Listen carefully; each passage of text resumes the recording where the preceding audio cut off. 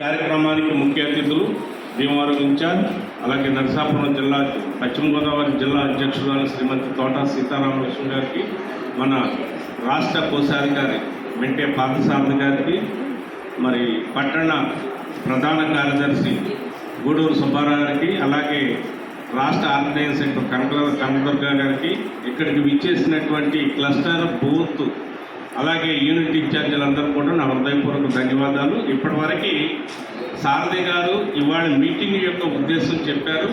మనం కూడా గతంలో ఆల్రెడీ 29 రోజులు నిరాహార దీక్షలు బాబు గారిని అరెస్ట్ చేసిన దాని మీద ప్రతి ఒక్కరికి రోజు పదే వివరించాము.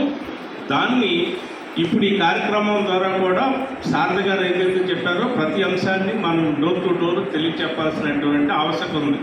ఎందుకనంటే ఇవాళ ఎక్కడైతే క్లస్టరు, బూత్ ఇన్ఛార్జి, యూనిట్ ఇన్ఛార్జీలు కష్టపడి పనిచేశారో ఇవాళ రాష్ట్ర వ్యాప్తంగా మంచి ఫలితాలు వచ్చినాయి. ఇవాళ ఉరవకొండను తీసుకున్నారు. ఉరవకొండలో సుమారు 56,000 ఓట్లు మన పార్టీ వ్యక్తులు తీసేస్తే దాని మీద యూనిట్లు పనిచేసిన దాని మీద ఆయన దాన్ని ఎన్నికల కమిషనర్ ఢిల్లీకి వెళ్ళి పోరాటం చేస్తే ఎన్నికల కమిషనర్తో పాటు CEO అని అందరూ ముగ్గురు ఉన్న రాష్ట్ర స్థాయి అధికారులను సస్పెండ్ చేశారు. లేకపోతే ఈ పార్టీకి మన ఓట్లన్నీ కూడా గలంత అయిపోయాయి. అదే రకంగా నిన్న చూశారు.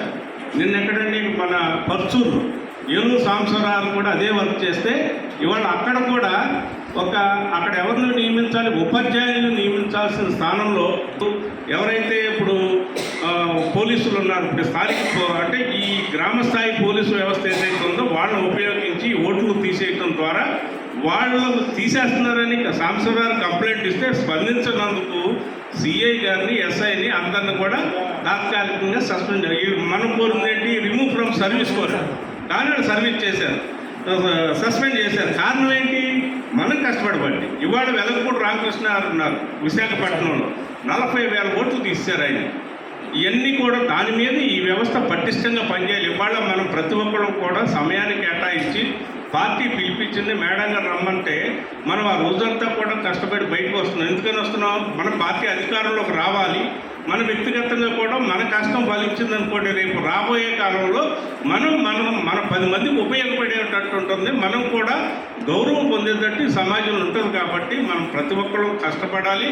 దాని గురించే ఇవాళ ఈ కార్యక్రమాన్ని కూడా ప్రెస్టీజియస్గా తీసుకున్నారు. ఇవాళ బాట్ సిస్టమ్ ఏదైతే ఉందో, ఇవాళ ఇది భవిష్యత్తు గ్యారంటీ కార్యక్రమం ఉంది.